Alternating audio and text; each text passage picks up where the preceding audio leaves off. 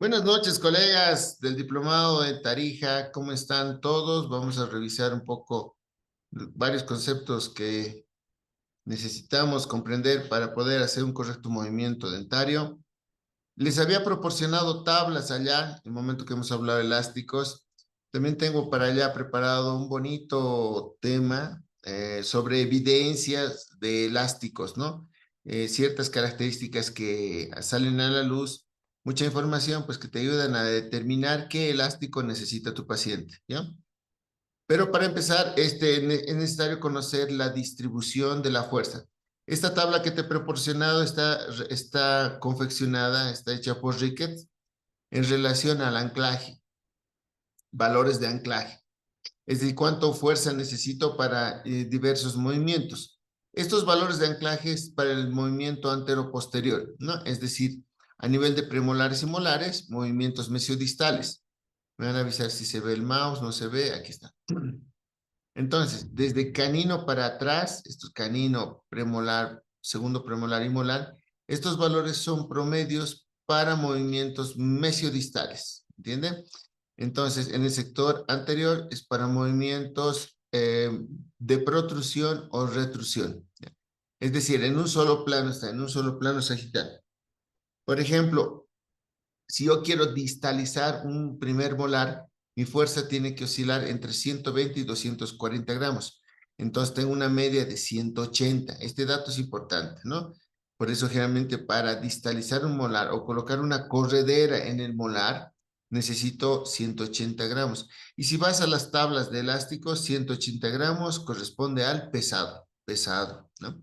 Entonces así es como tengo que manejar esta tabla. Por ejemplo, si quiero distalizar un canino, el promedio está entre 75 y 150.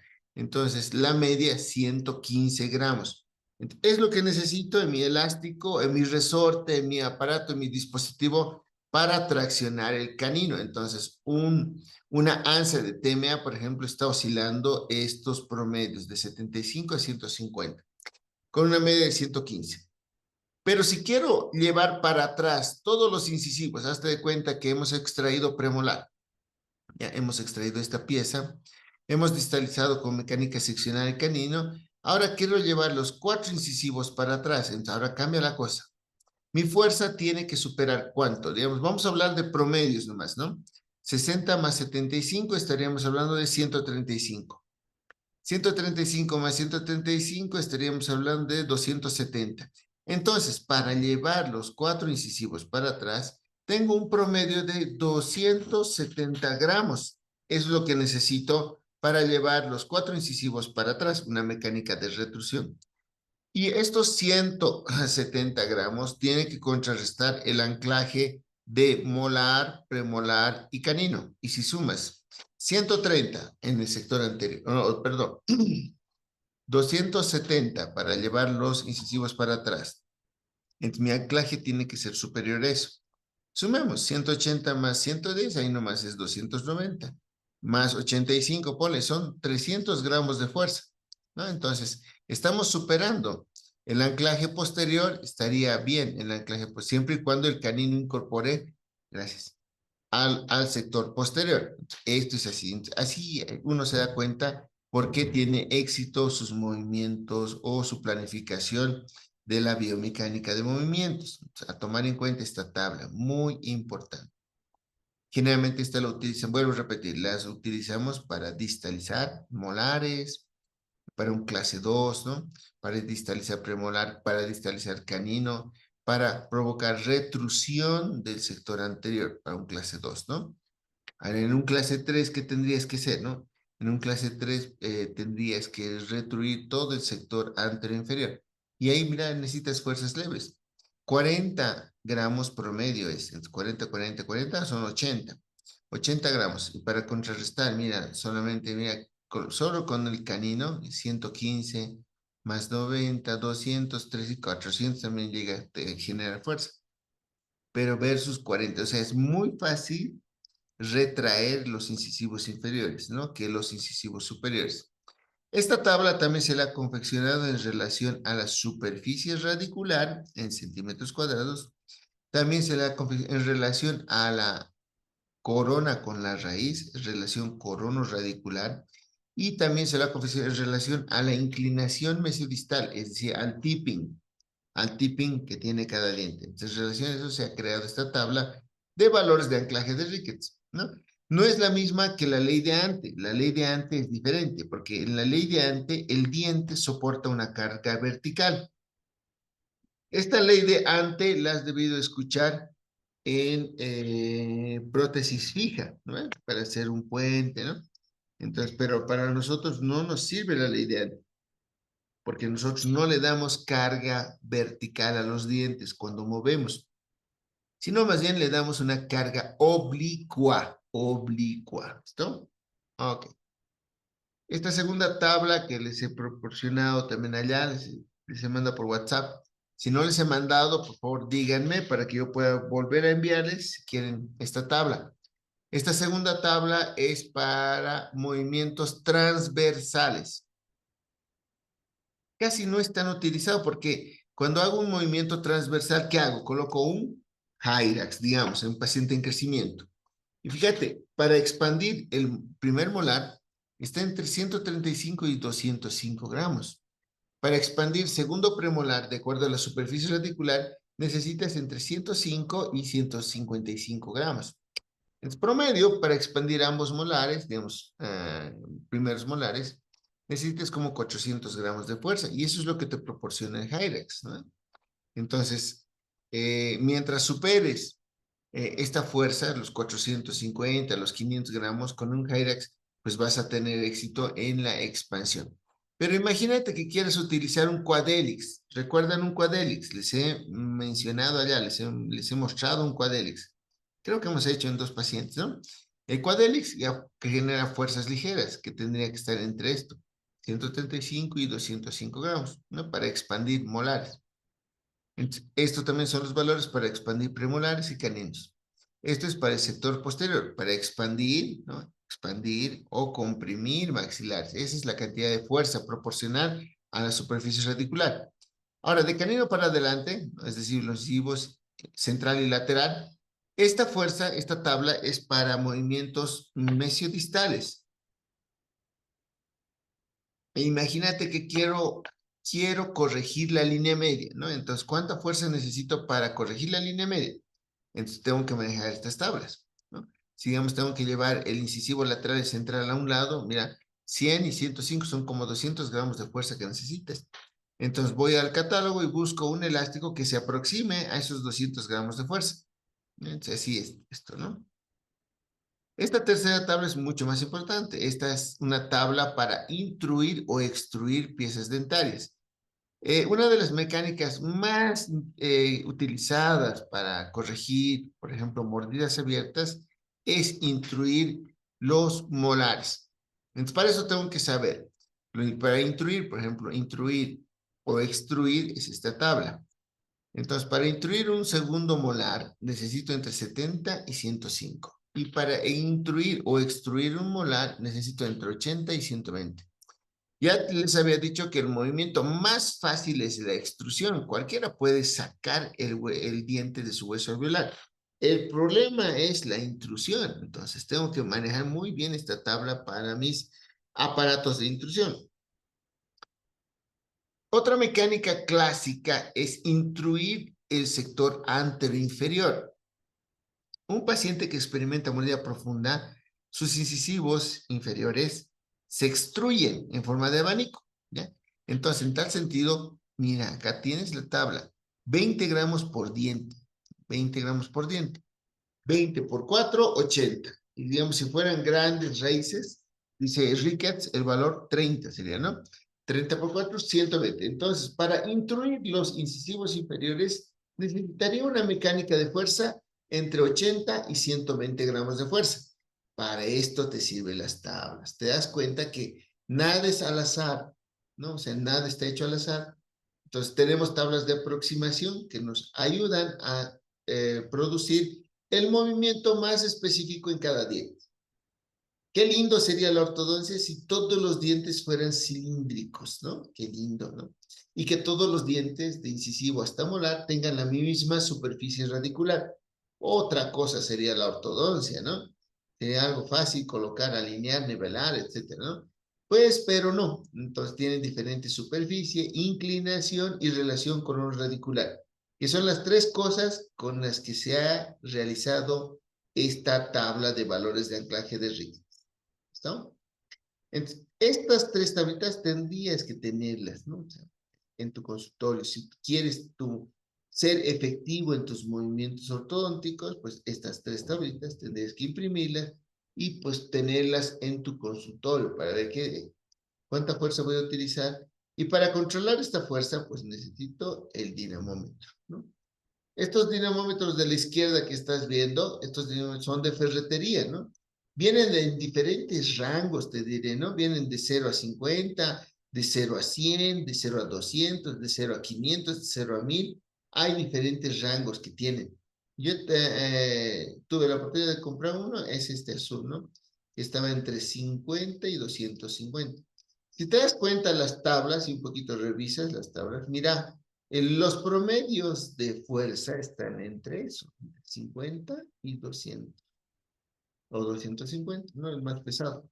Entonces, el de la derecha, ese sí es un verdadero reloj, un verdadero dinamómetro ortodóntico, ¿no?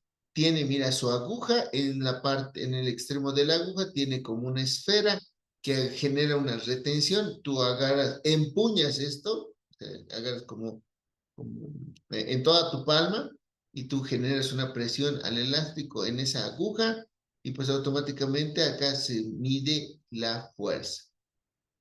Y como entenderás, mira, siempre, como te habéis visto en la tabla, mira, oscila entre 50 y 250. Ese es el promedio aproximado que necesitas para movimientos ortodónticos.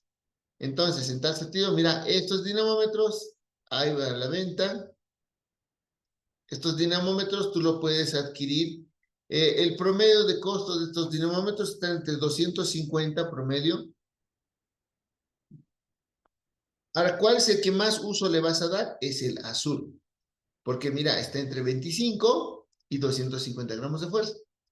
Ese es el ideal. Mientras, ¿no? Este verde, ¿cuándo lo utilizarías? Para elásticos intermaxilares, donde tengas que superar los 280 gramos, 300, ¿no? El verde. Y el rojo lo utilizarías para aparatos extraorales o aparatos ortopédicos, donde que se necesita fuerzas superiores a los 400 gramos, ¿no? Esto es así, lo puedes aquí. Pero el que más se utiliza sinceramente es el azul. ¿Sí?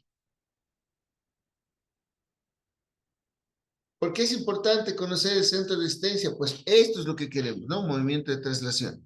Y nuestra fuerza es oblicua, ahí te vamos a ver teoremas. Estos aparatos que se apoyan en superficie dentaria, con ganchos, ¿no? Con tornillos, retenedores, va a depender mucho de su confección para el éxito, primero. Segundo, va a depender de la etapa de maduración del paciente o la etapa de crecimiento, ¿no? Entonces, dependiendo de ello, entonces, vemos su efectividad inmediatamente a las 2 semanas. Rápido tengo que ver esto, ¿no? Entonces, colocamos el aparato, mira, perfectamente confeccionado. Este es un tipo Haas, ¿ya? Solo que no tiene bandas, un tipo Haas sin bandas. En vez de bandas, mira, tiene retenedores, ganchos Adams. Lo interesante de esto, y es muy bueno esto, de Haas, que mira, coloca bastante acrílico, no solamente por la cara palatina de los dientes, sino por toda la parte oclusal, ¿no? Entonces tengo mayor superficie de sujeción, ¿no? Fíjate, a nivel de las caras palatinas de los incisivos, está cubriendo la mayor cantidad de superficie palatina de los dientes. Y a nivel de molares, mira, está prácticamente cubriendo toda la cara palatina y la cara oclusal, junto a los retenedores. Entonces, estos aparatos empiezas a activarlos. Generalmente cada activación es 0.2 milímetros por cada activación. Entonces tienes que entender cada 5 activaciones equivalen a 1 milímetro. Estos tornillos vienen de diferentes tamaños, vienen desde 4, 6, 8, 9, 10, he visto tornillos grandes, ¿no? Más que eso no hay tampoco, ¿no? No hay de 13, porque eso ya es para el Hyrax.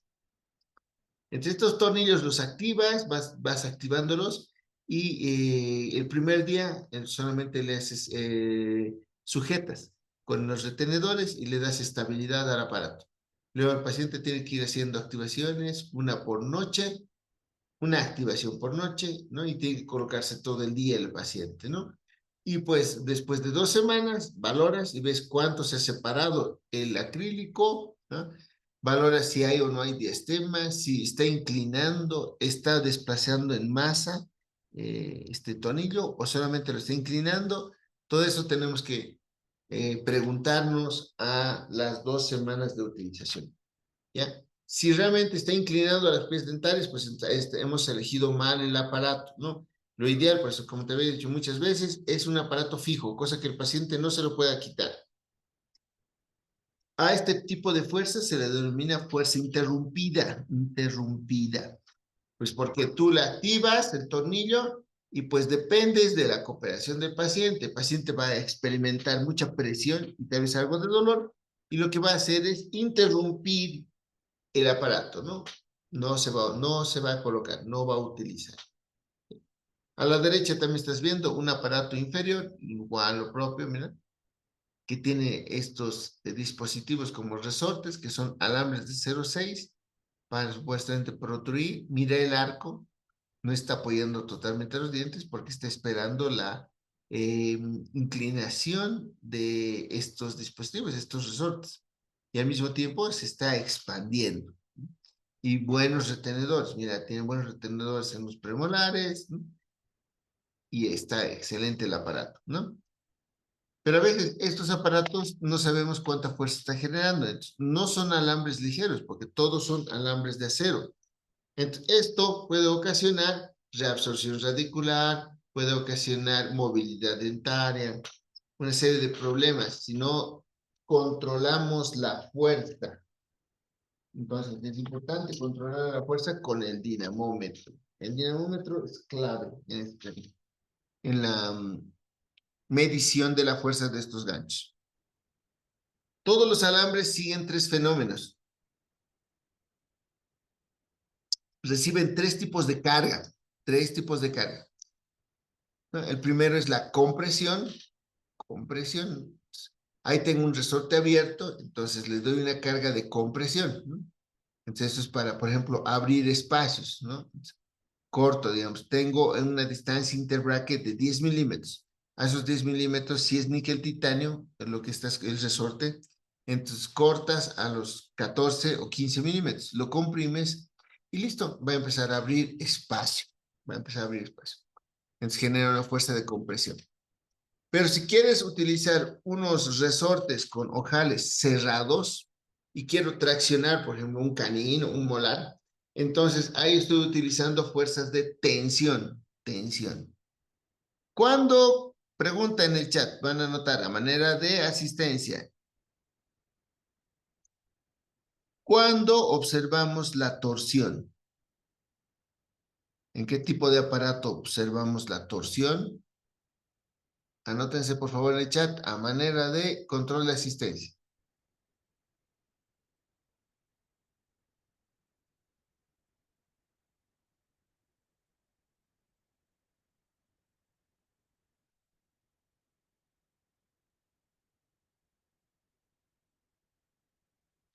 Anoten por favor en el chat cuándo se observa las fuerzas de torsión.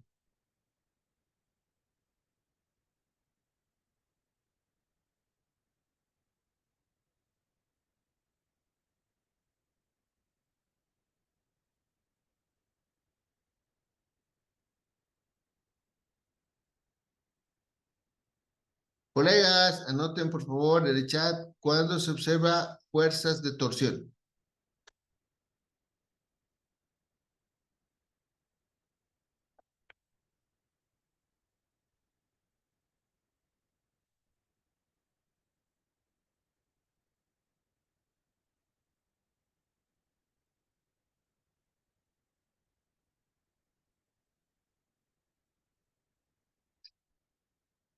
Colegas, yo estoy preguntando cuándo se observan las fuerzas de torsión.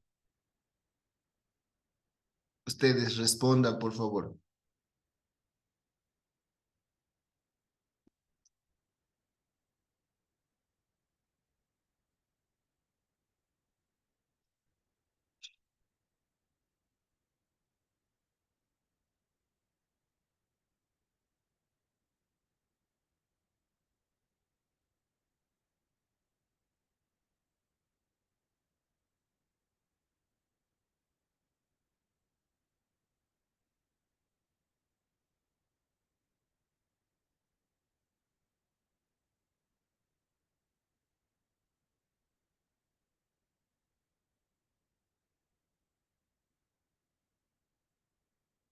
¿O en qué fase del tratamiento ustedes creen que los alambres generan fuerzas de torsión?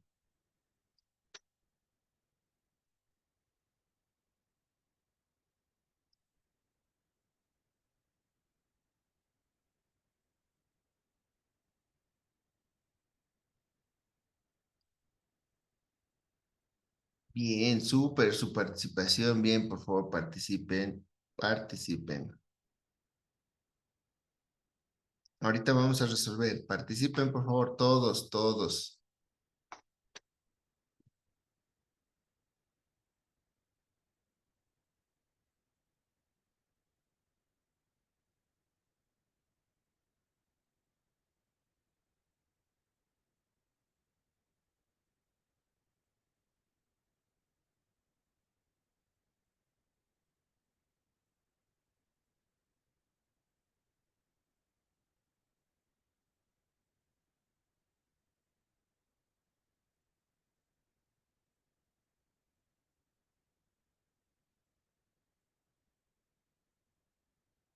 Bien, vamos a ver algunas de sus participaciones.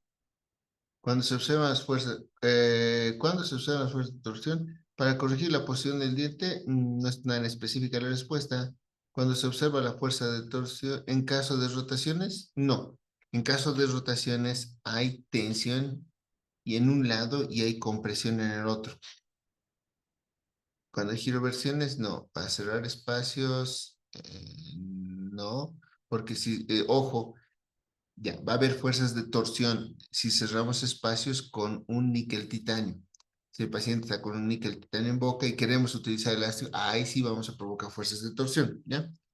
Pero eso no hacemos, ¿no? Nosotros cerramos espacio con acero, entonces el acero no genera torsión. Cuando utilizamos resortes abiertos, doctora, cuando utilizamos resortes abiertos, doctora, hacemos compresión. Cortamos un pedazo y comprimimos para que pueda separar un espacio. Entonces, los resortes abiertos son para compresión y los resortes cerrados son para tensión. Para la finalización de los casos, ¿de qué parte? Cuando hay piezas dentarias con giroversión, no, no es cuando hay giroversión, cuando hay alteración de los dientes, pero ¿qué tipo de alteración? Cuando queremos abrir espacio, no. Cuando queremos abrir espacio hay fuerza de compresión. Cuando queremos cerrar espacio hay fuerza de tensión. Cuando hay un movimiento debido a una fuerza, no. Alteración en la inclinación de los dientes. No, tibio, tibio, tibio. Ya. A ver, imagínense esto. Imagínense. Incisivo lateral hacia palatino. ¿Ya? Incisivo lateral hacia palatino. Canino hacia vestibular. Y le coloco los alambres, ¿no? Redondo. Lo primero que va a hacer los redondos, alinear, nivelar. Alinear, nivelar coronas, pero no alinean, nivelan raíces, porque son redondos, ¿no? Está ahí todo chévere. Pero puede ser que la raíz del lateral se encuentre a palatino y la raíz del canino se encuentre hacia vestibular. Entonces, el alambre, que es rectangular, va a sufrir una torsión. ¿Por qué? Pues porque la información está en la ranura, en los brackets. Entonces, ahí encuentra el torque. Entonces, es como si quisieran, digamos, torcer su celular, ¿no? Agarren su celular que están sujetados en este momento, la parte superior querer llevarlo a la izquierda y la parte inferior llevar a la derecha. Eso es lo que se produce en los alambres. torsión, cuando es especialmente desde los alambres cuadrados. ¿Ya? Es por eso que en el kit te había dicho, en el kit tenemos un cuadrado, ¿verdad? Un 16 por 22. Te había dicho, un 16 por 16. Ese 16 por 16 te dije que ¿cuándo vas a utilizar? Cuando tu paciente ha tenido, digamos, mucha migración de la corona. Vuelvo a repetir, digamos, tu canino hacia vestibular, tu incisivo lateral hacia palatino, ¿no? Entonces, tu primer premolar también hacia canino. Entonces, las raíces están por todo lado. Entonces, cuando utilizamos los primeros alambres cuadrados, el alambre sufre una torsión. Por eso vas a ver, cuando colocas los rectangulares, bien difícil es que agarres el alambre de izquierda a derecha, ¿no? O sea, jales de izquierda a derecha. ¿Por qué no? Pues porque recién está haciendo lectura de los torques. Por lo tanto, el metal está sufriendo mucha torsión, mucha torsión. Es por eso que los brackets o el sistema de arcos de Morelli, el de Roth, da una excelente información poco a poco del torque, porque comienzas con un cuadrado, 16 por 16, continúas con un 16 por 22 rectangular, subes a un 17 por 25 más grueso rectangular y te disparas a un 21 por 25. Mucho cuidado cuando están colocando el 21 por 25, ¿ya? Saltar del 17 al 21, ¿cuántos son? A ver, 18, 19, 20, 21, son 4, 0.004. Es mucho. Pero dirás, no, pero no es mucho, además es flexible. Sí, pero para la raíz es mucho, porque en este momento con el 21 por 25, el más grueso, vas a generar mucha fuerza de torsión, ¿ya? ¿No? Entonces yo prefiero subir lentamente los arcos rectangulares. Una manera típica que les había dicho, un tip para poder saber cuándo es el momento de cambio de los rectangulares, ¿no? Es colocar justo en el centro del arco, ¿ya? Colocar una bolita de resina flow y lo polimerizas. Y le dices, cuando sientes que esta esfera de resina se desplaza de izquierda a derecha, pues es el momento que el alambre ya no tiene torsión, ya no tiene tensión ni compresión, especialmente ya no tiene torsión. Significa que ha alineado, nivelado muy bien las raíces y continúa ya con el siguiente arco. Así es esto, colegas. Tomar en cuenta. Entonces, los alambres, los rectangulares, por eso cerramos espacios muy bien con rectangulares, porque son los que nos van a garantizar el movimiento dentario. ¿Ya? Esto hemos visto, también los alambres que tienen diferentes aleaciones. A estas aleaciones ya se ha incorporado lo que es el rodio, níquel, titanio, rodio.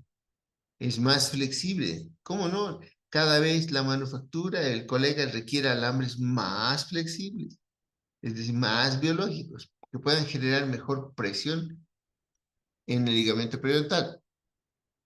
Entonces, un alambre tiene que ser compatible, esto hemos visto, tiene que tener estabilidad ambiental. No se puede, pues, romper en boca un alambre, ¿no? Es necesario que sea soldado, que genere baja fricción, todas estas características. Te doy tres metales, tres aleaciones.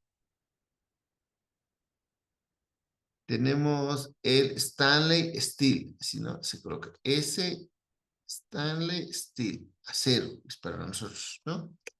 Luego aparece el níquel titanio, níquel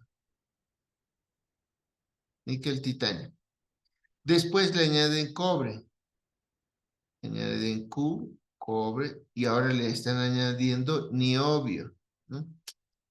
Luego, por otro lado, tengo otra aleación que es el titanio molibdeno, TMA. ¿Ya? El stainless steel, recuerda que es un cromo níquel, lo vamos a borrar acá. Solo quería ponerte aquí para que entiendas que SS significa Stanley Steel y eso es para nosotros acero. Pero, pero, la combinación para que sea acerado es la unión del cromo con el níquel. Ok. Tenemos tres grupos entonces. El primero, cromoníquel, muy rígido. El segundo, níquel titanio, ya sea con cobre o niobio, muy elástico. Y por otro lado, el titanio molibdeno, un alambre intermedio en elasticidad, pero que es moldeable, es decir, es forjable. ¿Ya? De todas estas aliciones y las características que te dije, ¿cuál es el que mejor biocompatibilidad tiene?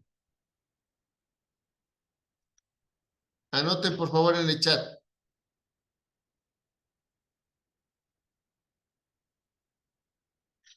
Biocompatibles está relacionado a la resistencia que tenga el metal, ¿no? A la corrosión. Tú sabes que en la boca está todo el tiempo húmedo, ¿no? Tiene que tolerar muy bien los elementos tisulares y no puede corroerse. Resistente a la corrosión. Anoten por favor en el chat cuáles de las tres aleaciones es más biocompatible.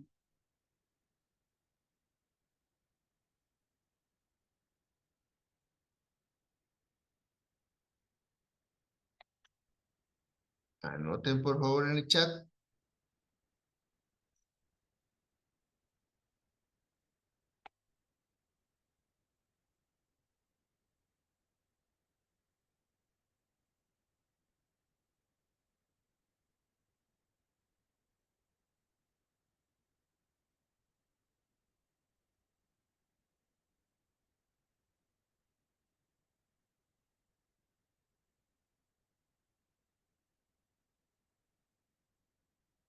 Ya, les comento lo siguiente. Bien, gracias por su participación. Perfecto, todo se está registrando. Muy bien. Les comento lo siguiente. El metal más biocompatible es el cromo-níquel. Pero una cosa, todo lo que tenga níquel es tóxico por si acaso, ¿ya? Tóxico. Todo lo que tenga níquel, ¿ya? Es tóxico, por un lado, ¿no? Pero la aleación cromo con níquel le hace muy resistente, no libera moléculas o partículas de níquel. La aleación níquel con titanio, aquí sí, el níquel empieza a liberar más, entonces no es tan biocompatible. ¿Ya? Y el titanio molibdeno, ¿ya? El titanio es compatible, pero el molibdeno no. ¿Ya? Entre los tres, ¿cuál es el que mejor resiste la corrosión? Se han hecho varios trabajos, ¿no? Hay varios tipos de corrosión en los metales, ¿no? En otra oportunidad ya les voy a mostrar la correlación de estos trabajos de investigación al respecto de la biocompatibilidad, esto de la corrosión y la tolerancia tisular. Entonces, se ha visto que hay varios tipos de corrosión en la aleación níquel-titanio y en la aleación titanio-molibdeno. El que o sea, presenta corrosión y mejor tolera, o sea, el que puede estar por mucho tiempo, es el cromo-níquel. Entonces, ahí vamos a anotarnos que es biocompatible. Este sí es biocompatible. Un clic, ya. Segunda pregunta, dice, la estabilidad ambiental. Se hace referencia al mantenimiento de las propiedades en periodos largos de tiempo después de su manufactura, ¿ya? El níquel titanio sufre dos fenómenos. Es decir, como es flexible, a eso se llama binding, deformación elástica. Entonces, todos aprovechamos del binding, pero muchas veces, de acuerdo a la fuerza que damos, a los efectos masticatorios, a la parte de la biocompatibilidad, esto de la resistencia a la corrosión, ¿ya?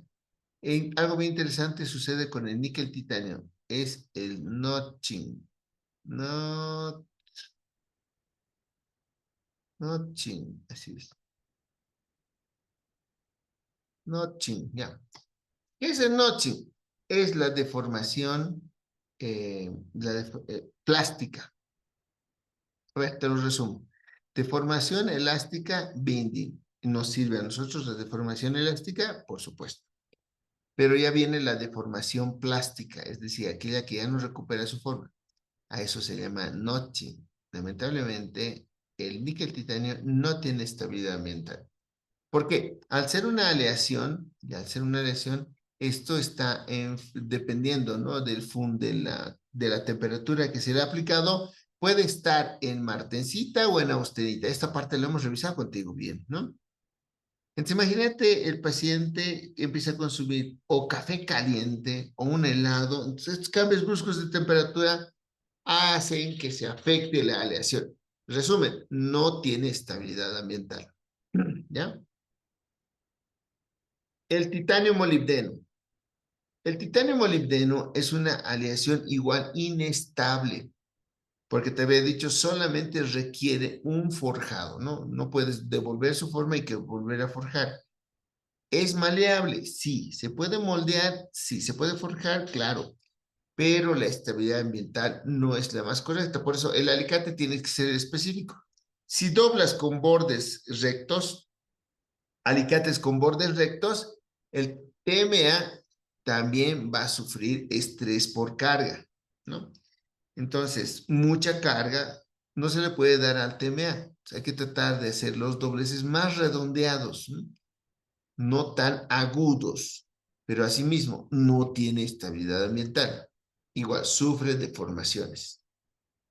Entonces, estabilidad ambiental, cromo-níquel, sí, este es el que mejor estabilidad ambiental tiene. De todas las secciones, el que más ha mejorado o mejor ha resultado es el 19 por 25, ¿no? Este es la mejor sección del arco para cerrar espacios, etc. Entonces, tiene estabilidad ambiental. Posibilidad de ser soldado. Muchas veces vamos a tener que colocar un poste, un resorte, algo y soldarlo. Níquel titanio no se suelda. Tendrías que tener pistolas y que lo funde el níquel titanio con el acero para entonces se va a deformar. ¿Ya? O otro templado va a tener ese metal. ¿Entiendes? Entonces, no se puede soldar. El titanio molibdeno sí se puede soldar, pero no con el soplete que tú tienes, sino es que se suelda con un punto eléctrico. Punto, has debido ver estos aparatitos que descargan, son dos electrodos que descargan electricidad, atravesan la electricidad y pues ahí tú puedes soldar dos alambres de titanio molibdeno. Resumen, ni que titanio no se suelda, titanio molibdeno necesitas el punto eléctrico. Punto eléctrico. ¿Listo? Entonces, otro punto a su favor para el cromo níquel. Fricción. Imagínate, ya estás alineando, nivelando y quieres colocar una cadeneta para que se cierre ya los espacios, ¿no? Por lo tanto, ese bracket se tiene que desplazar de izquierda a derecha. Necesito una aleación que en su superficie tenga menos fricción. Es decir, que con mucha facilidad se desplaza el bracket a través del arco. Ya. Níquel titanio no tiene fricción, o sea, no tiene bajo coeficiente de fricción. Más bien, fricción es muy alta para el níquel titanio, porque la superficie es muy porosa, alta fricción, el níquel titanio. El titanio molibdeno es peor, porque el titanio molibdeno está fundido a 9000 grados, ¿no? Y creo que se lo enfría en fase beta. Es bien complicada la manufactura, era complicada la manufactura del titanio molibdeno. Entonces, su superficie es muy áspera, te hice tocar, ¿no? Entonces, igual, no sirve para fricción. ¿Cuál es entonces el metal más que tiene mejor coeficiente de fricción en su superficie? Otra vez, cromo níquel. Y te das cuenta, con todo lo que te he hablado, el mejor metal es cromo níquel, el acero, no hay como el acero. Mi recomendación es la siguiente. Rápidamente ve cambiando de arcos, ve subiendo de arcos hasta que llegues al acero. En el acero ya tú puedes tomarte una pausa y descansar, revalorar el tratamiento y va a ver qué necesita el paciente. ¿Ya? Pero tienes que tratar de llegar lo más antes posible. Es decir, no puede ser posible, no es posible. que estés ya 1 año y medio y sigas con los níquel titanio. ¿Me entiendes esta parte? No puede estar por periodos largos el níquel titanio en boca. Rápido tienes que llegar al acero. Ya que llegas con el acero, ya, cierra espacios, cadeneta, eso ya es cierre de espacio nomás. Y para eso fricciona muy bien el cromo-níquel, como cualquier metal. No como los otros, ¿no? Como el níquel titanio o el titanio molibdeno. ¿Esta parte se entendió? ¿Alguna duda? Doctor, buenas noches. Una consulta. Dígame, ¿Qué doctora. pasaría en el caso de que el paciente se pierda y estemos en los alambres, en los arcos de níquel titanio? Ujú. Am, Allá les voy a mostrar unas fotos, pacientes que se pierden largo tiempo, por ejemplo, con un 12, ¿no? Y vuelve a la consulta, un 12 redondo, y te das cuenta que todo está así como mordido, porque ese alambre de níquel titanio no tiene estabilidad ambiental. Entonces, fácilmente se empieza a forjar. Y peor si ha tenido cambios bruscos de temperatura, entonces lo que haces es cambiar, ¿no? Por eso es importante el control, ¿no? Ahora, también hay varias evidencias narrativas, no son evidencias científicas, ¿no?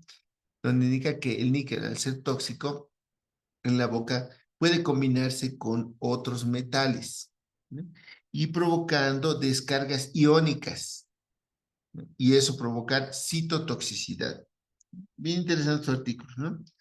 Por ejemplo, indica de que al paciente con níquel titanio no le puedes fluorizar. ¿Qué tal? Ya ves, imagínate que tu paciente que esté con sus brackets y pues veas mucha descalcificación, no puedes utilizar el fluoruro acidulado. No puedes, porque va a empezar a generar, va a empezar a liberar moléculas de níquel, el NITI. Entonces, hay que tomar en cuenta. ¿Qué pasa si se pierde largos periodos de tiempo? Es probable, dependiendo qué arco es, doctora. Si es delgado, el arco va a estar deformado y no va a cambiar su movimiento dental, ¿no? Pero si estamos con un alambre grueso, también puede producirse notching, notching, vuelvo a repetir, notching, que es la deformación plástica. Es decir, tú ves, el níquel titanio sí o sí tiene que recuperar su forma, ¿no? Entonces, cuando sacas del arco y ves doblado a nivel de molares. Esto sucede también muy frecuentemente en los pacientes braqui. En los pacientes braqui rápido hay que subir de arcos, no nos podemos descuidar. Hasta que llegues al cromoníquel, descansas. ¿Todo? Bien. ¿Alguna duda más? Vamos. Entonces ahí tengo un pieza dentaria, intrusión, extrusión. ¿Cuál es el movimiento más fácil? La extrusión. Es bien fácil sacar a los dientes de sus procesos alveolares. Es bien fácil. Extruir, ¿ya? Por eso el arco extraoral, cuando colocas en tracción baja, fácilmente extruye y te rota la mandíbula. Es una belleza. Uno de los mejores aparatos de extrusión. El más difícil es la intrusión, es decir, introducir al hueso alveolar, las raíces dentales. Para eso mi fuerza tiene que pasar por centros de resistencia, pero no puedo, porque mi corona le estoy pegando hacia vestibular. Entonces, es probable que quieras intruir, pero al mismo tiempo se esté inclinando las piezas dentales. ¿No? Qué complicado. En este mismo plano sagital, puedo llevar el diente hacia adelante, ¿no? Y lo que hago es vestibularizarlo o protruirlo. Típico en los pacientes clase 3, ¿no? Clase 3 por retrusión. ¿Qué hago? Hago mi biomecánica para vestibularizar o protruir ese incisivo superior, ¿no? Para compensar un clase 3. ¿Qué pasa si mi paciente es clase 2 y más bien quiero cerrar o reducir el overjet marcado? Entonces, ¿qué tengo que hacer? Palatinizar o lingualizar o retruir, ¿ya? Entonces, estos son los movimientos. El que más utilizamos, vuelvo a repetir, en un clase 2 es el de retrusión. En un clase 3 no utilizamos tanta protrusión. Más bien lo que hacemos es que el maxilar se vea para adelante, no tanto el dentoalveolarmente, ¿no? ¿Sí? Muy bien. Para eso es necesario nuevamente esta tablita, es clave, clave, clave. Entonces, con el dinamómetro calculas la cantidad de fuerza. Fuerzas excesivas a esta van a provocar reabsorción radicular, de raíces más cortas. Son valores promedio que te ayudan a hacer una fuerza muy óptima para el movimiento deseado de intruir. Cuando utilizamos aparatos extraorales como este de tracción baja, lo que hacemos es extruir la pieza dentaria. Es muy bueno esto en un paciente clase 2 braquifacial. Muy buenísimo. Porque te lo va a extruir, va a rotar la mandíbula y va a estar mejor relacionado con el maxilar superior. Entonces tenemos tres tipos de cargas. Carga posterior se llama esto, ¿no? Carga posterior al maxilar superior. Y la primera ya sabes que es la tracción cervical. Esta va a extruir. Esta, como está traccionando hacia abajo y hacia atrás, pasa por debajo del centro de resistencia, entonces bien te lo extruye.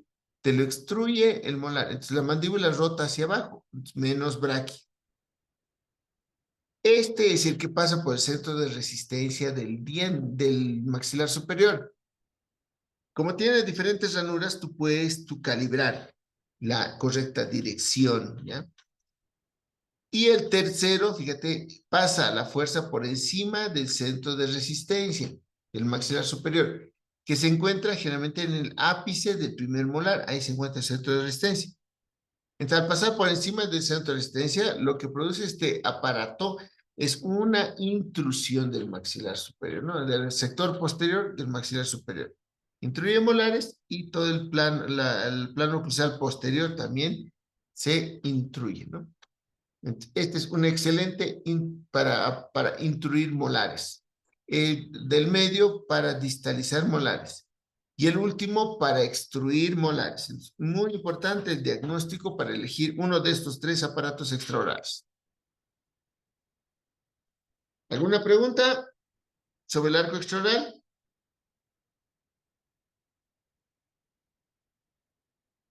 Mi recomendación.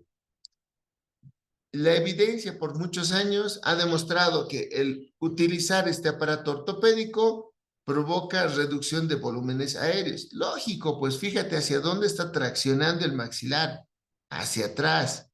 Y al traccionarlo hacia atrás en los tres tipos, ¿qué vas a provocar? Reducción de volúmenes aéreos. ¿Y eso quién quiere? Roncar. ¿Alguien quiere ser un roncador? A veces el ronqueo te despierta en el sueño no REM, que es el sueño más delicioso. Y ahí despiertas y pues no vuelves a conciliar el sueño. Entonces, imagínate que no concilies el sueño. Es terrible para estos pacientes. Por muchos años, especialmente aquellos de los pacientes tratados hasta el año 80, han utilizado este dispositivo. ¿No? ¿Con éxito ortodóntico? Claro que sí. ¿Éxito ortopédico? Sí. Pero no se han olvidado de la parte funcional. Ahora, la evidencia indica de que si quieres hacer esto, primero tendrías que haber expandido el maxilar, efectivamente. Maxilar expandido correctamente. Y recién, porque el maxilar al expandir, mejoras vías aéreas, mejoras. Entonces se compensa el efecto de distalización del maxilar superior. Casi poco hacemos un movimiento posterior del maxilar superior.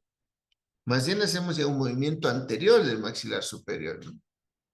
Otro aparato ortopédico para controlar el crecimiento es la mentonera.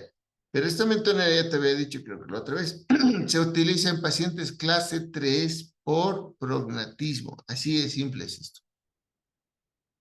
Paciente clase 3 por prognatismo. El niño debería tener un perfil convexo, pero y ahí ves a temprana edad, mordida cruzada, escalón mesial en clase 3 o llave molar clase 3, ¿no? Mordida cruzada anterior. Entonces ya el paciente, el maxilar inferior está creciendo excesivamente. Ahí es donde tienes que frenar el crecimiento, porque esto no lleva el maxilar inferior para atrás. Es bien difícil. O sea, Cualquier mecánica que quieras llevar maxilar superior o inferior para atrás es complicado, bien complicado. Lo ideal es llevar más bien todo adelante. Vamos a ver en qué tipos hacemos esto.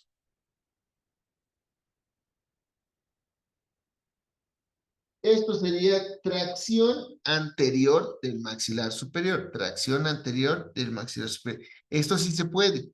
De acuerdo a la cantidad de suturas que tiene el paciente, pues vamos a poder hacer este movimiento.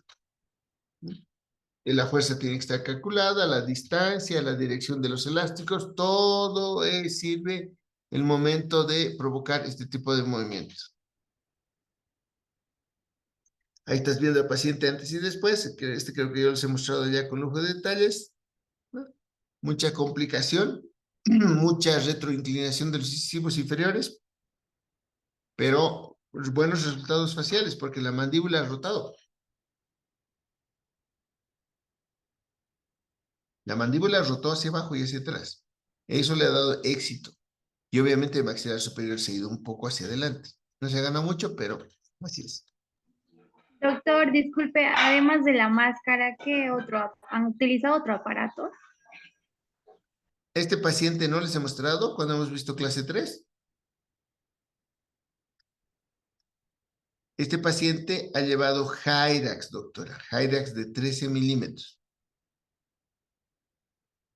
Hyrax de 13 y la máscara de protección.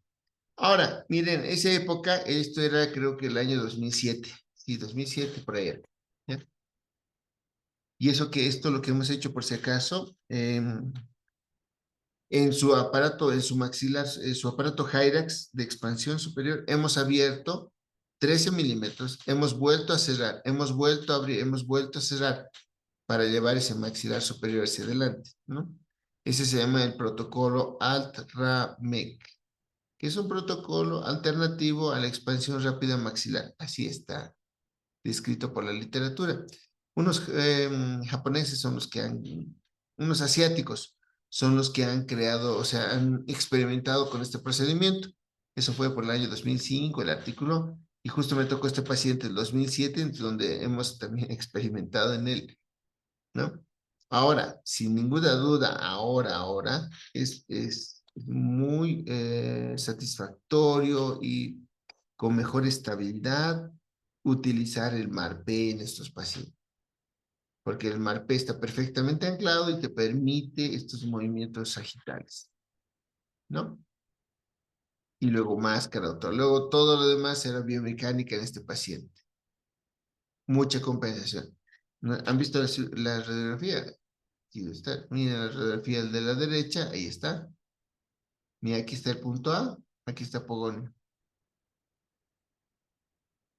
Y de paso sus incisivos con raíces cortas. Estaba complicado esto, colegas. Complicado tratar este ejército. ¿Ya? Pero los resultados sí son satisfactorios. Con Marpe hubiésemos tenido mucho más éxito que con solo Hyrax. Bien, con todo esto que te hablé, ¿puedes mover dientes? Sí. ¿Puedes mover procesos intervelares? Sí, dependiendo de la magnitud de la fuerza. Una fuerza, si te has dado cuenta, la tabla va desde, dice acá, de 20 a 150, pero revises las tablas de Rickett, van desde 20 hasta 180 o 200. Esas serían las fuerzas ortodónticas.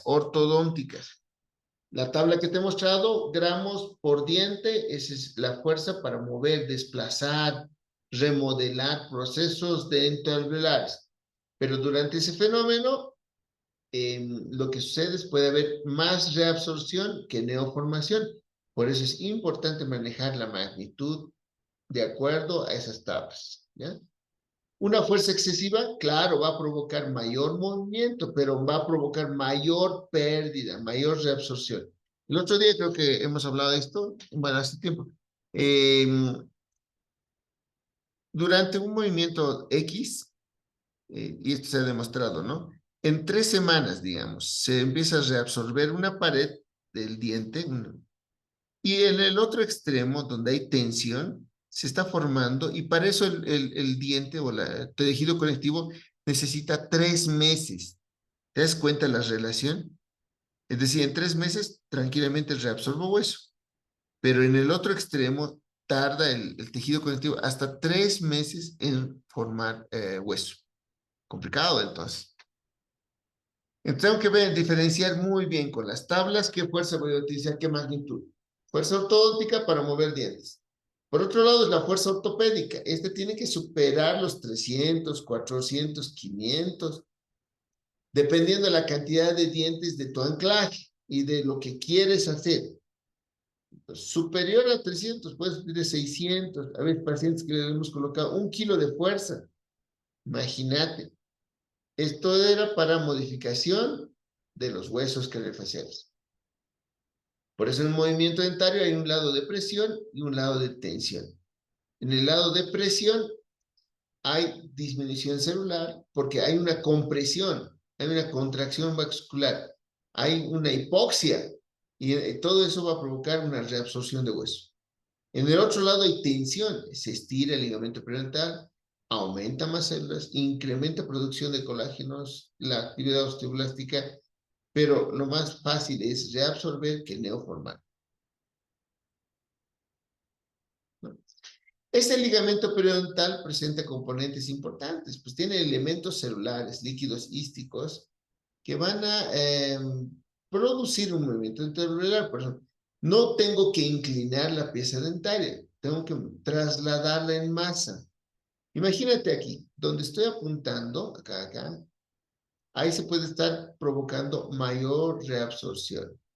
Y hacia el lingual, mejor neoformación, ¿no? Y hacia apical, ¿no? El lado lingual, reabsorción. Pero acá en la parte más caudal del hueso, como el proceso alveolar es más denso, más duro, resistente, no se va a reabsorber tanto el hueso, sino se va a reabsorber la raíz. Vuelvo a repetir, hacia vestibular, si lo inclino el diente hacia vestibular, reabsorción de la tabla vestibular. Pero voy a tener una tabla lingual bien neoformada, bien gruesa. Abajo, mucha presión hacia el lingual, pero no se reabsorbe el hueso, se reabsorbe el diente. Entonces, ahí viene la reabsorción radicular. Histológicamente, esto es todo lo que se ve cuando hialinizamos el ligamento periodontal. Es decir, es importante hialinizarlo porque te cuento, ¿no ves? Tú sabes que para separar su sutura me estoy apoyando en dientes y la fuerza tiene que ser ortopédica. Es decir, no quiero mover dientes, quiero mover hueso. Entonces, cuando generas presiones de 300, 400 gramos a un molar, por ejemplo, superando, ¿no?, su tabla, todas estas células se van a manifestar. Es decir, histológicamente hay cambios químicos, hay cambios estructurales, ¿no? Y ahí está. Zona de reabsorción, zona de aposición, ¿no? Un poquito voy a adelantar aquí. ¿Cómo reacciona el tejido dentoalveolar ante una fuerza? Empieza a modificar todo su complejo dentinopulpar y periodontal. Esos dos, ¿no? Porque son los que van a resistir al movimiento dental. Hay una vascularización, hay una alteración de la vascularización, ¿no? Hay alteraciones dinámicas de la permeabilidad vascular y empiezan a bombardear las citoquinas, mediadores bioquímicos, factores solubles. Entonces va a haber una inflamación. Por eso es lógico que cualquier movimiento dentario preceda de dolor. Es decir, va a doler, va a molestar. Al paciente tiene que decir, va a molestar, ¿no? Ahí están los conceptos sobre respuesta celular de diferentes autores. Aquí está, esto es lo que quiero. En el lado de presión, ¿ya?, va a haber en el lado de presión va a haber reabsorción y en el lado de tensión, neoformación. Entonces, uno piensa que esto va a ir a la par, ¿no? Si 2 milímetros de hueso se reabsorben en un lado y en otro lado se están neoformando 2 milímetros. No es tan así. Al mismo tiempo no es así. Es decir, vuelvo a repetir, lo más fácil para provocar es reabsorber. Es decir, debes controlar la magnitud de tu fuerza.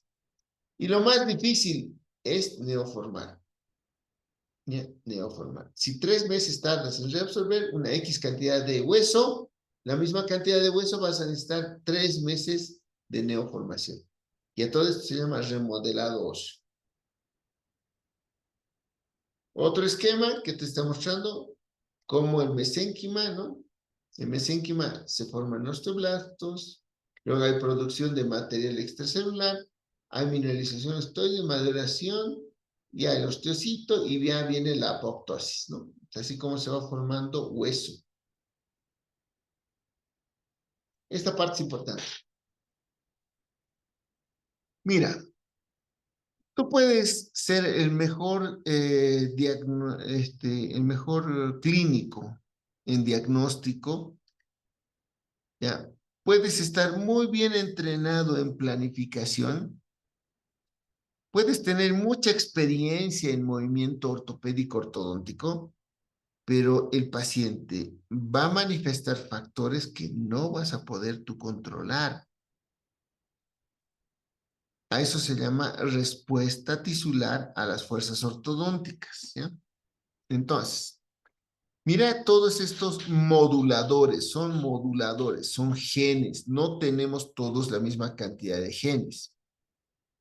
Donde está mi puntero son los genes que estimulan hueso. Esto lo he sacado así de un artículo porque es un artículo donde se ha hecho una revisión bioquímica durante el movimiento y qué reguladores o proteínas morfogénicas son las que intervienen en el movimiento dentario. Ya. Estos de la izquierda que estoy apuntando estimulan formación. Y nosotros para mover hueso, para mover dientes, necesitamos en un lado reabsorción y en el otro lado formación. Muy bien. ¿Qué necesita el paciente para estimular formación de hueso? Ante una fuerza ortodóntica. Todos los factores de crecimiento que estás viendo, ¿no? BAMP2, BAMP4, BAMP6, BAMP7, ¿no? Proteínas morfogénicas, ¿no? De hueso. Son proteínas formadoras de hueso, ¿ya? Entonces, estas proteínas morfogénicas 2, 4, 6, 7 son importantes para formar hueso.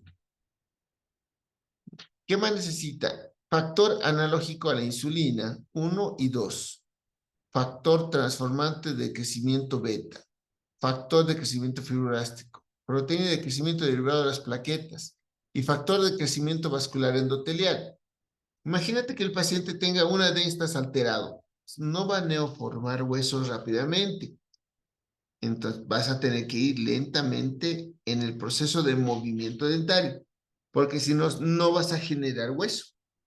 Todo va a ser reabsorción, reabsorción, reabsorción, y no va a haber neoformación. Ahora, mira, ¿con quién tiene que luchar los formadores de hueso? ¿Ves aquí alguna citoquina que forme hueso? No hay ninguna citoquina que forme hueso. Más bien, las citoquinas son las que estimulan reabsorción. Es decir, no necesito solamente prostaglandinas, los mediadores de la inflamación, las interleuquinas 1, 6, 8, 11. Las prostaglandinas E2, E1, G2, I1, H2 son proteínas que generan reabsorción reticular. Y si un poquito te das cuenta o recuerdas un poco, estas proteínas están en procesos inflamatorios. Resumen, necesito generar una inflamación si quiero producir reabsorción de hueso. ¿Okay? Pero también dentro de los factores de crecimiento existen proteínas morfogénicas que también reabsorben hueso. Y si mira, está el factor de necrosis tumoral, el factor de crecimiento epidérmico, el factor de crecimiento derivado de plaquetas, el fibroelástico, estimulantes de colonia de macrófagos, factores estimulantes de colonia de granulocitos. Mira, hay más proteínas para reabsorber hueso que para neoformar. Entonces, una paciente que tenga problemas endocrinos o modulares, entonces va a estar afectado estos que van a generar o formar hueso. Ahora, las citoquinas también, o sea, como reabsorben hueso, necesitan de alguien que les controle, ¿no? Alguien que les frene la reabsorción de hueso. Y ahí está el interferón gamma y la interleuquina 4. ¿Qué significa con esto, colegas, no? Imagínate el paciente que no tenga interferón. No sabes tú si falta o no falta interferón. Entonces, tú vas a ver que todo se va a empezar a mover, y pues el paciente va a empezar a perder estabilidad dentaria. Entonces, como entenderás, puede ser el mejor profesional en diagnóstico, en planificación, pero el paciente tiene respuestas tisulares a los movimientos ortodónticos que hagamos. ¿Ya? Entonces, no podemos decir tratamiento 100% garantizado, porque no conocemos esta parte, ¿no? Ya la iniciación, Burston, en el año 84, nos dice que es un sistema de fuerzas óptimos para producir una respuesta biológica adecuada en el periodonto. Es decir, se produce una necrosis estéril. Eso se llama hialinización. Lo bueno es que después de que pasa esta fuerza excesiva, el ligamento periodontal ya no recibe la carga, por lo tanto empieza a formar hueso.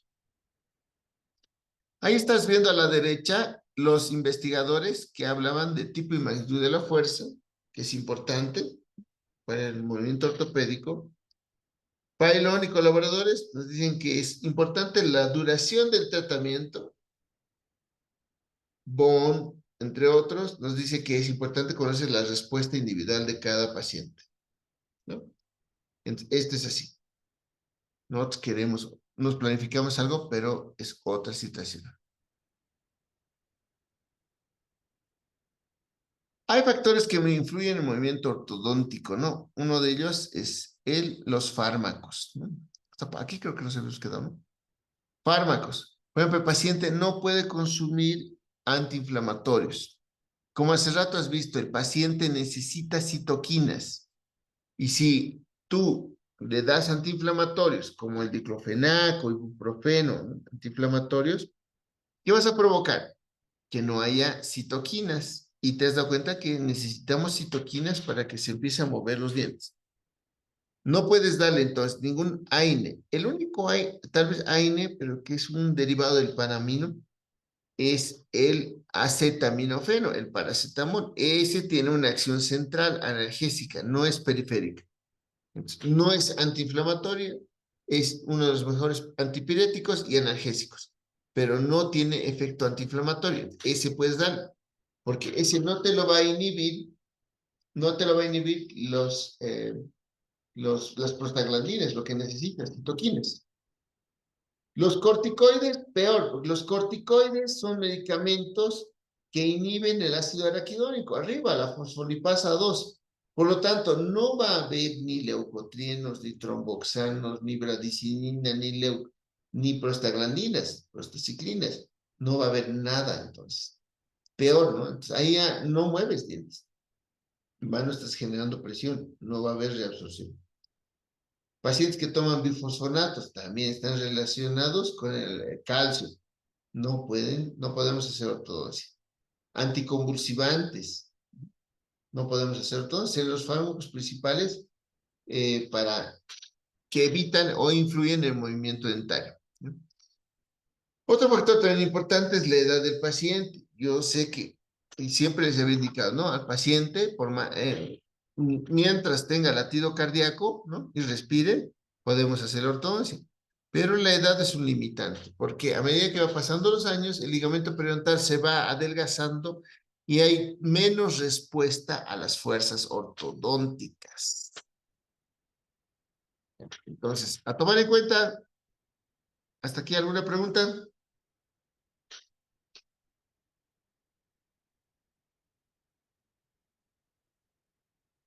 Súper.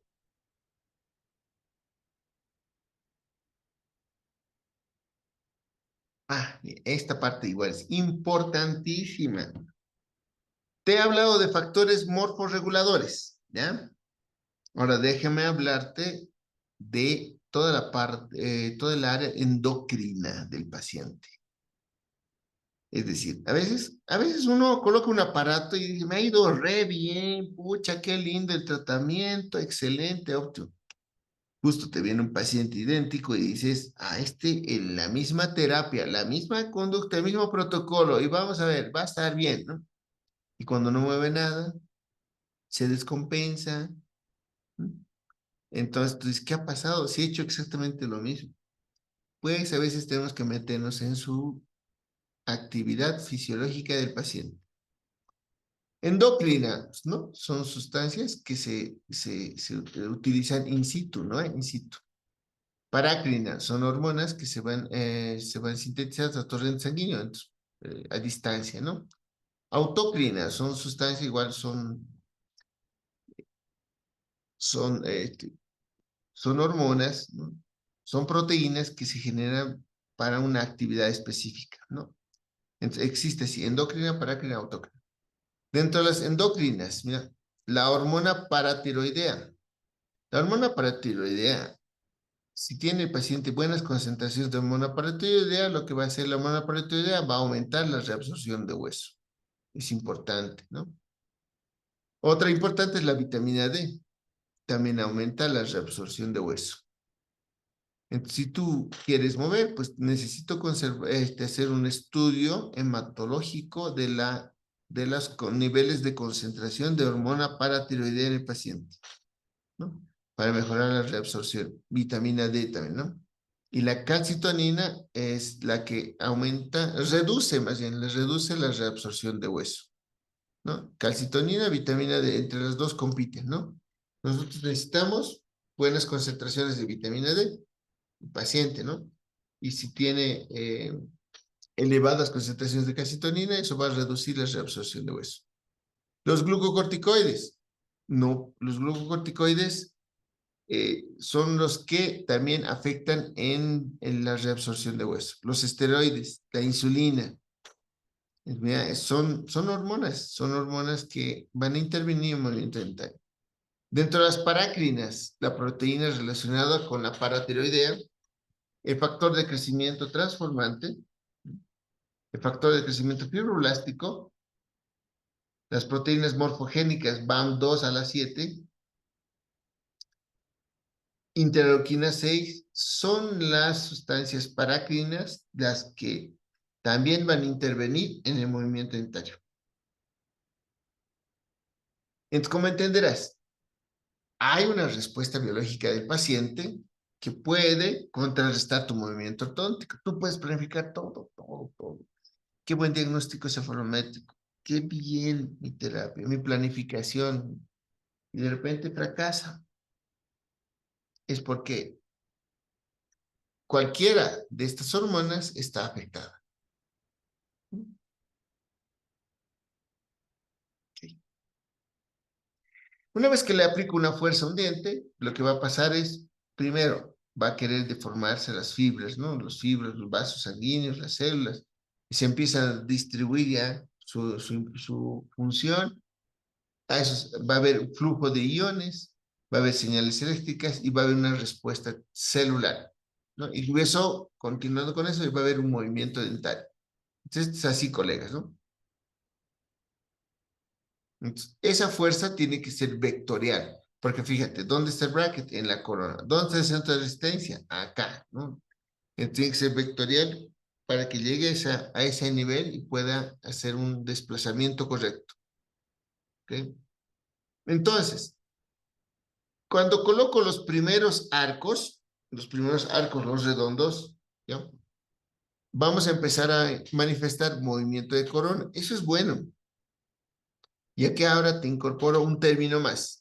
Centros de resistencia, ¿no ve? Ya es la parte, ¿no? La unión del tercio coronal con los dos tercios apicales en una pieza uniradicular, ¿no ve?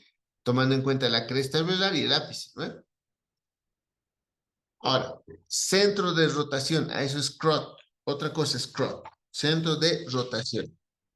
Si yo quiero inclinar la corona de palatino hacia vestibular, le aplico una carga y esa carga tiene que hacer que el ápice no se mueva, que el crot esté a nivel apical, que solamente haya desplazamiento de corona.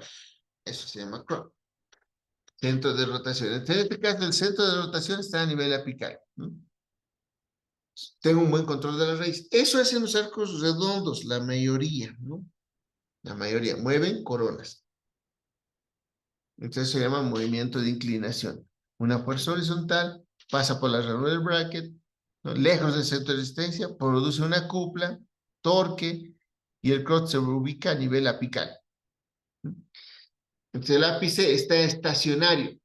La que se mueve es la corona. Pero a veces vamos a requerir movimientos de traslación, ¿ya? No inclinación, sino traslación. Como estás viendo acá, ¿dónde está?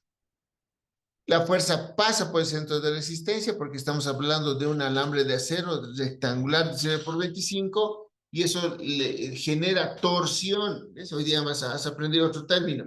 Torsión, para que no se incline la corona, sino para que se desplace en masa la raíz hacia distal. Entonces, aquí la fuerza va a pasar por el centro de resistencia. Entonces voy a tener un movimiento de traslación. Movimiento de traslación. Eso es lo que buscamos. Movimiento de cuerpo o traslación es cuando la fuerza pasa a través del centro de resistencia o un grupo de dientes. También puede provocar movimientos de intrusión. Se produce en una sola dirección el movimiento de traslación. Las ansas nos pueden ayudar y el sistema de elásticos en que esta distalización, retrusión de los incisivos sea efectiva sin inclinarse. Todo eso, el éxito de movimientos va a depender de la fuerza que apliquemos y el tiempo. ¿Cuánta magnitud de fuerza estás aplicando? ¿Cuánto tiempo va a estar esto, no? La fuerza. Entonces tenemos varios tipos de fuerza. Esta es la fuerza continua. ¿Qué significa fuerza continua? Una vez que activas el aparato, entonces la fuerza va liberando una X cantidad gramos fuerza constante.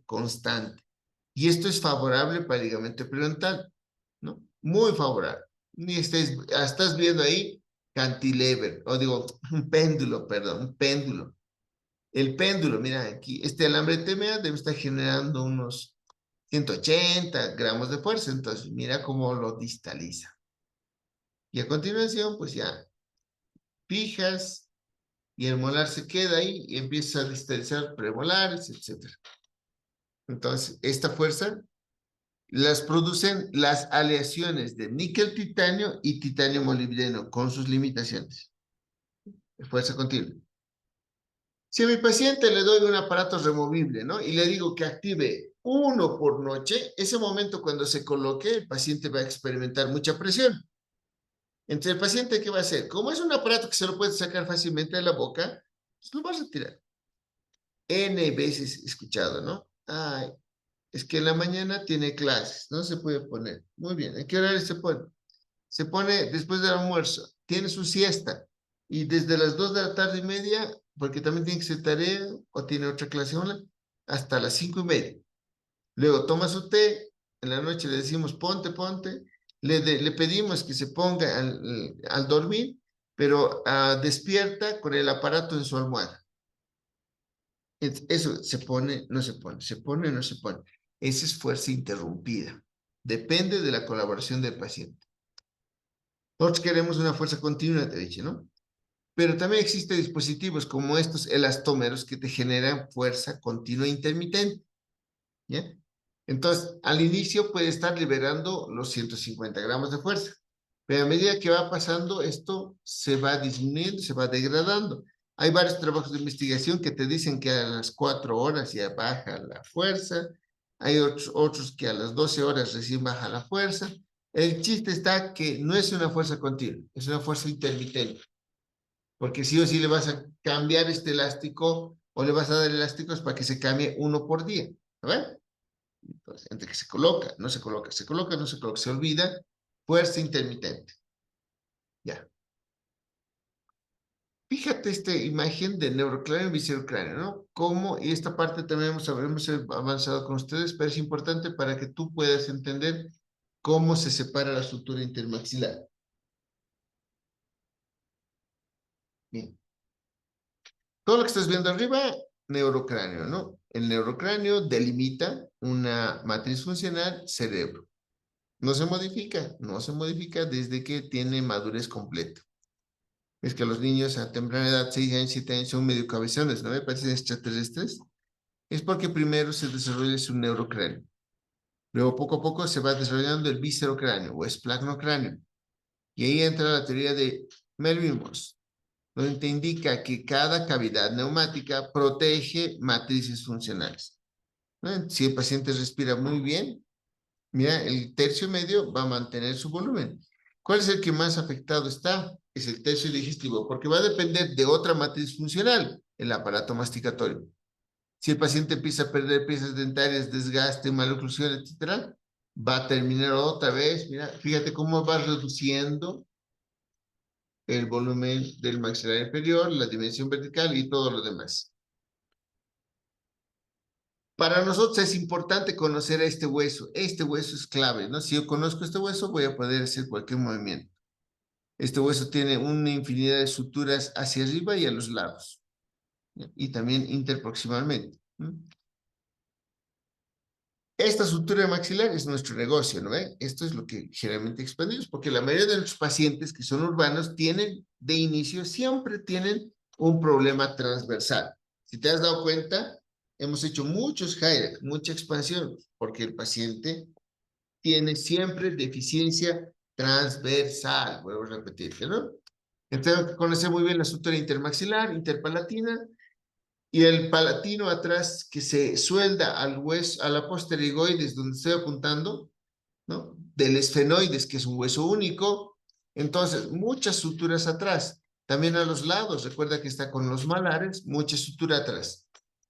Arriba también tiene una sutura muy dentada con el hueso frontal. Bien complicado que separes esto. El paciente tendría que tener una edad Bachetti 1, Bachetti 2 y tus fuerzas excesivas para que logres separar esta sutura entre el maxilar superior y el hueso frontal. Complicado. Es complicado arriba, complicado atrás, ¿no? Muchas suturas arriba y muchas suturas atrás. De todas maneras, cuando uno tiene una expansión efectiva, la evidencia dice cómo el punto A se modifica y se va para adelante, ¿no? Entonces, eso es favorable para un paciente clase 3, pero no es favorable para un paciente clase 2. Podemos repetir, hace rato te dije, paciente que necesita el oral, ¿no? Es porque se le ha hecho una expansión palatina. Y ahí están los 3 vectores de dirección, ¿no? De las fuerzas posteriores contra el maxilar superior. A ver, ¿dónde está mi pluma? Como se lo te dije, pasa por debajo del centro de resistencia, va a extruir el molar, va a extruir el molar superior y la mandíbula va a rotar hacia abajo. Entonces, esto está muy indicado en los pacientes braquis, hemos dicho, ¿no? Braquifaciales. Ya. En este otro ejemplo del centro, la fuerza está pasando lo más cercano al centro de resistencia. Entonces, acá sí se está produciendo una retrusión del maxilar superior. Acá el primero sería retrusión, ¿no? Un componente interesante de retrusión y de extrusión. En el tercer ejemplo tengo un interesante que es tracción alta. Entonces tengo retrusión y tengo intrusión. Y si voy a intruir molares al sector posterior, es lógico que la mandíbula va a hacer esto. Movimiento anterior del maxilar superior.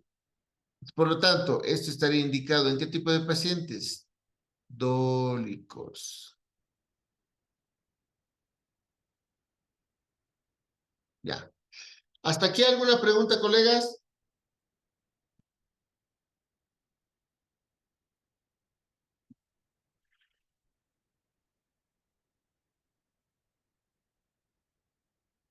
Preguntas.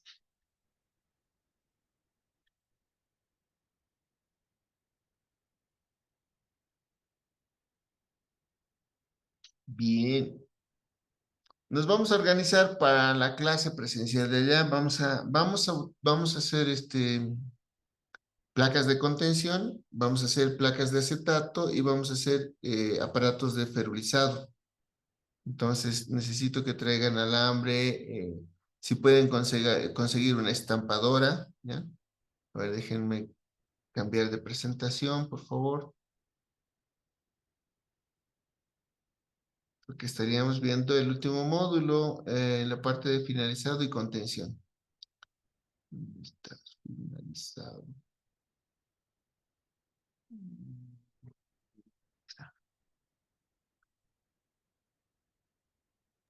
Doctor, una consulta. Vamos Eh, a ver oclusión. lo que ustedes quieran, colegas. Oclusión, más que todo, son dos, bueno, estos son dos módulos aparte de esto de oclusión, por eso se lo excluye de un diplomado, porque supuestamente en un diplomado solo tendríamos que ser clase uno, clase nada más y sin extracciones, pero como ustedes entenderán, han hecho todos los aparatos posibles, se han hecho, ¿no? Entonces, ¿qué parte quieren ver de oclusión? Tipos de oclusión en ortodoncia. La estampadora necesito que se consigan. ¿Y dónde está? Yo voy a traer estas rejillas para mostrarles. Denme un segundito. ¿Dónde está? Aquí está. Ya. Yo les voy a traer estas rejillas. ¿Sí? ¿Se está observando? Sí. Ya. Primero, una vez que el paciente se lo alista y se lo finaliza, es importante hablar de contención. Entonces, para esto necesito, allá vamos a hablar de contención, necesito que traigan un modelito. En un modelito vamos a fabricar un aparato de contención, ¿ya? Entre los aparatos de contención hay varios, pues, donde está aquí te voy a mostrar. Hay N, fijos, removibles, hay de todo tipo. Hay de todo tipo y de toda configuración. Pero te voy a explicar tips, cuándo elegir un removible, cuándo elegir uno fijo, cuándo elegir uno transparente, ¿no? Dependiendo de la complejidad. Tienes que tú siempre ver complejidad, ¿no? Resumen, todo aparato removible va a depender de la colaboración del paciente. ¿Qué tal si el paciente no se pone? Entonces, mira, qué bonito este aparato, bien confeccionado, todo lindo, chévere, porque se ha hecho con extracciones, ¿no? No hay un premolar. Entonces, se coloca, eso hay que ver, ¿no? Se va a poder poner todas las noches, por ahí se va a olvidar, lo va a pisar, lo va a perder, inestable. Tratamos de colocar retenedores no removibles, sino fijos. Puedes utilizar también este de acetato, te voy a decir cuándo vas a utilizar acetato. Esto más que todo vamos a hacer. Mira, esto es un ferolizador mixto. Tiene un retenedor fijo de canino a canino y por encima tiene una placa de acetato. Lo que pasa, colegas, es que, digamos, si tu paciente tenía bastante apiñamiento en el sector anterior, es necesario, preferible, colocar algo fijo. Porque ¿qué es lo primero que ve adelante? Los incisivos, caninos. Ve una pequeña rotación y ya está recidivando, ¿no? Entonces, si colocas un retenedor fijo y atrás un ASIC o un combinado, es mucho mejor, ¿no? Entonces, les voy a enseñar los dos procedimientos, el directo y el indirecto, ¿no? Este es con llave. Estos son rejillas, les voy a mostrar. Rejillas que están así trabeculadas, donde colocas resina, mira, se mide, se elige, se lo adapta, se le pone resina y se obtiene una llave. Entonces van a conseguir esta silicona.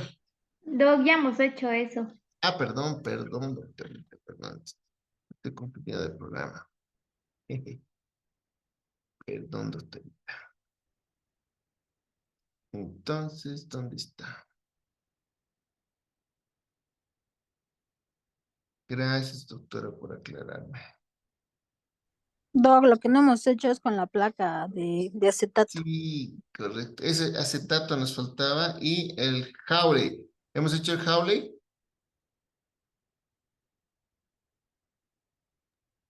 No. Ya.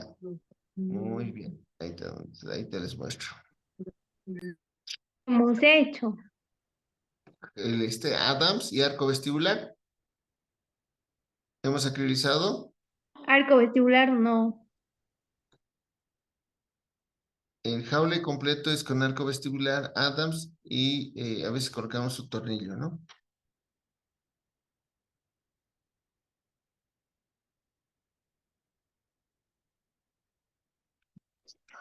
Doc, ¿será que podemos ver el tema de oclusión para finalizado? Luego, ¿será que nos da el tiempo o se puede?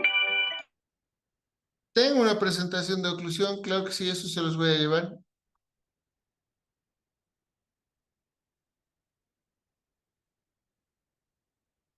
La lista de materiales, entonces, les voy a proporcionar en el WhatsApp. Ahorita me estoy anotando. Vamos a hacer arco vestibular. Luego vamos a hacer las placas de acetato. Yo les voy a mandar ya la lista de materiales. Un vacuum que me consigan y modelos recortados. Va a estar bien. Después, ¿qué más nos falta? ¿Qué más? ¿Alguna sugerencia que tengan ustedes? Hemos finalizado, hemos colocado esto. Ya, por favor.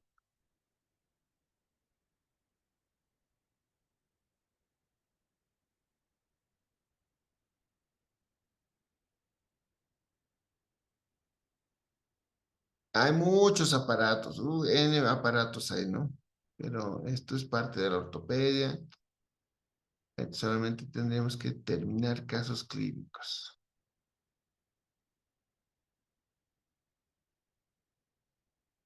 Elásticos hemos avanzado. Doc, una consulta. ¿Los pacientes se van a ver el día sábado, en el transcurso del día? Sí, doctorita. Y el viernes va a ser puro teoría y la práctica. Sí, doctora. Ya.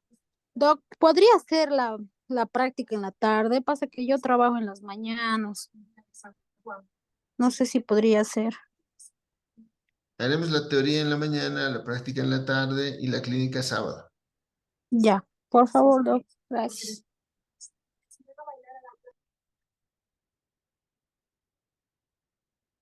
Ya, también van a traer elásticos. Los elásticos de diferente tamaño que tengan, de 1/4, de 5/16 y de 3/8. Ya les voy a mandar la lista. Ya, ¿qué más? ¿Algo más, colegas?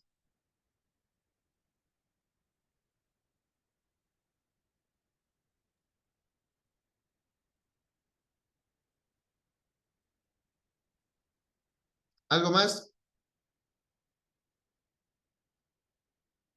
¿Algo más que quedó pendiente?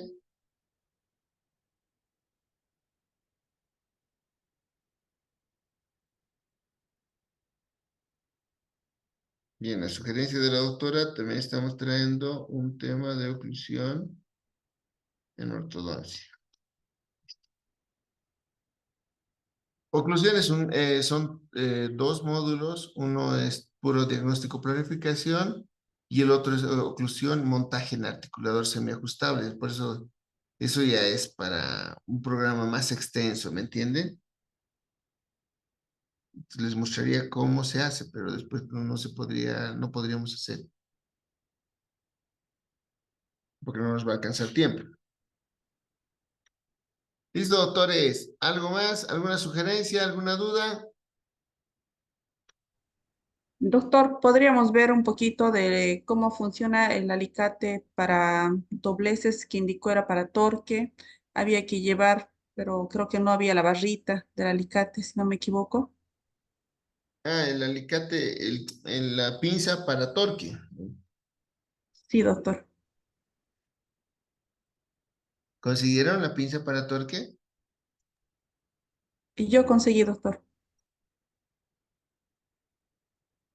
Ya, entonces podemos traer el Typodont. Necesito alambre de titanio molibdeno y pues ahí se muestra cómo se inclinan las coronas con el alicate de torque. Ya, vamos a anotárselo más, torque.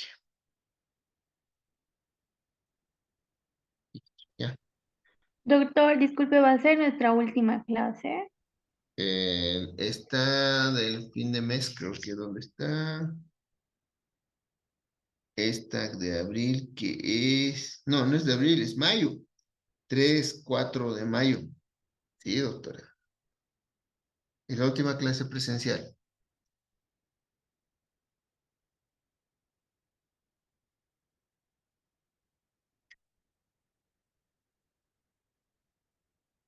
Bien, ¿algo más pendientes con ustedes, doctores?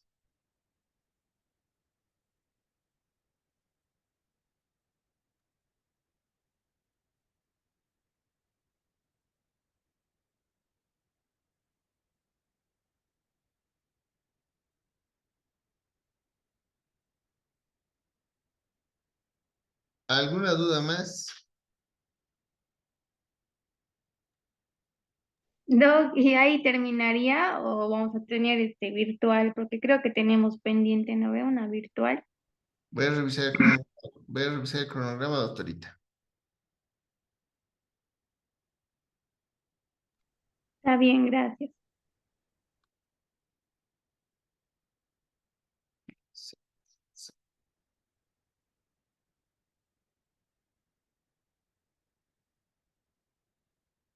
Lo que hacíamos generalmente es, el último módulo, lo que hacíamos era que muestren su mejor caso clínico, evolución de sus casos clínicos, ¿ya?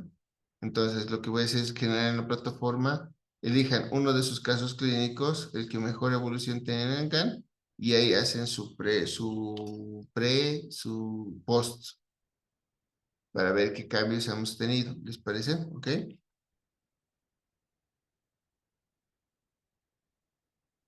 Doc, eso se va a hacer en PowerPoint. Solo sube al Classroom. Sí, sí, doctora, porque va a ser un poco pérdida de tiempo nomás allá. Mejor lo hacemos acá por este medio. Ya, y usted ya va a habilitar, ¿no ve? Sí, doctorita. Yo les voy a Ya. mandar el enlace. Ah, ya, doctor, gracias. Doctor, bueno, una pregunta. Dígame, doctorita. Yo tengo a mi paciente instalado el MARPE, dijo que para esta clase presencial iba a traer sus llaves para poder retirarlo porque ya se ha completado el tiempo de 6 meses. Perfecto, doctorita. Entonces, por favor, le pido que me haga el recuerdo el día jueves. Sí, jueves. ¿Cómo le voy a hacer recuerdo, doctor? Un mensajito de texto nada más. Traiga las llaves de Marpe o con el doctor Daniel, si no es por favor, dígale, le hace un recuerdo al doctor Daniel. Daniel se va a estar comunicando conmigo. Ah, ya. Doctor, y otra cosa, para retirar el MARPE se necesita hacer alguna contención. No, la contención con Marpe después de 6 meses ya no requiere contención. Puede colocarle en una ATP después, pero primero tiene que cicatrizar sus orificios de los implantes. Ah, ya. Ya, doctor. Listo, doc.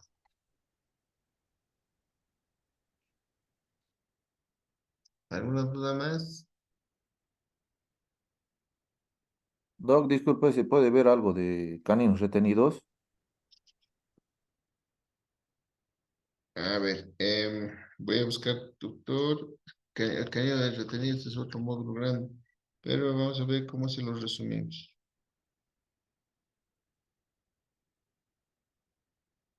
Doc, una consultita. Dígame. En los aparatos de Marpe Sí. hemos estado utilizando la marca Tecnident. Usted que sabe más, ¿qué tal será la marca PegLab, no? Eh, Hemos utilizado nosotros la técnica, no es la técnica, sino es el aparato dispositivo PECLAB. Yo el kit que les traje tengo de PECLAB. El problema está que las llaves no son universales. Sí o sí, es decir, sí o sí requiere usted de un instrumental PECLAB. Entonces, ahí está el otro detalle, ¿no? Y sus llaves son cuadradas internas, no tienen margen de seguridad. muchas veces me ha caído el implante en la cavidad bucal. Entonces, a veces cuando colocas los implantes atrás necesitas este sistema charnela de retención, que no lo tiene PECLA. Es uno. La llave digital para el torquímetro es muy lábil. Un paciente mío se lo ha tragado la llave. Entonces, como ha tenido una serie de problemas. Y luego hay una serie de cosas que tengo que hablar sobre la distancia interimplante, intraimplante y la dirección de los implantes que he decidido utilizar de la línea 2SAE. Es la línea que estamos utilizando. Y algo similar a a la marca Tecniden que estábamos utilizando. ¿Hay? Ay, pues, pero hay manufactura alemana que es más cara. Pero vuelvo a repetir, cada empresa agarra y coloca sus diferentes tipos de llave. Hay otro PECLAB europeo que igual maneja llaves, llave triangular, triangular externa maneja. Entonces, para eso necesitas todo. Necesitas su llave, su adaptador para el torquímetro, su adaptador para el micromotor, para el contraángulo. Esto es así, colegas.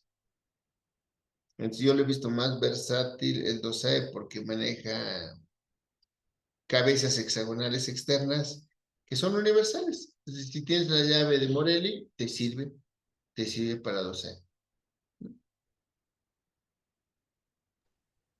Está bien, muchas gracias, Doc. Listo, doctores.